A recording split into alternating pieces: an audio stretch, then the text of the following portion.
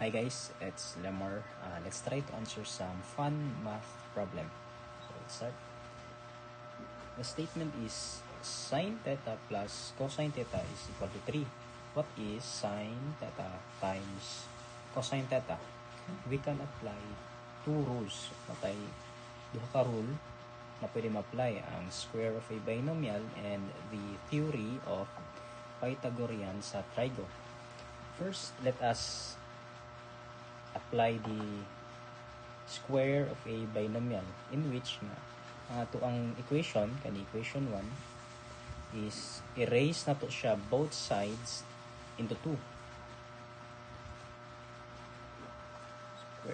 squared and if ato siyang i-simplify by applying square of a binomial natay formula na x plus y squared mag-equal siya kang x squared plus 2xy plus y squared. And applying this formula to our equation number 1, mag-yield siya og sine squared theta plus 2 sine theta cosine theta plus cosine squared theta. And ang nasa right side, 3 squared is equal to 9. And second is, pwede tayo maka-apply sa Pythagorean identity sa trigo, which states na si sine squared theta plus cosine squared theta is equal kang 1.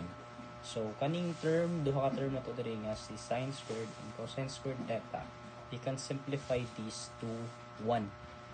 So, ang atong equation karon mahimo na lang siyang 2 sine theta cosine theta plus 1 is equal to 9.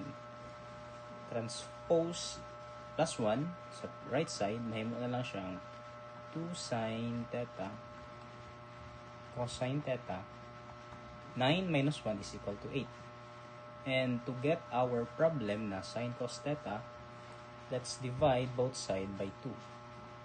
So, ang mabili na lang is sine theta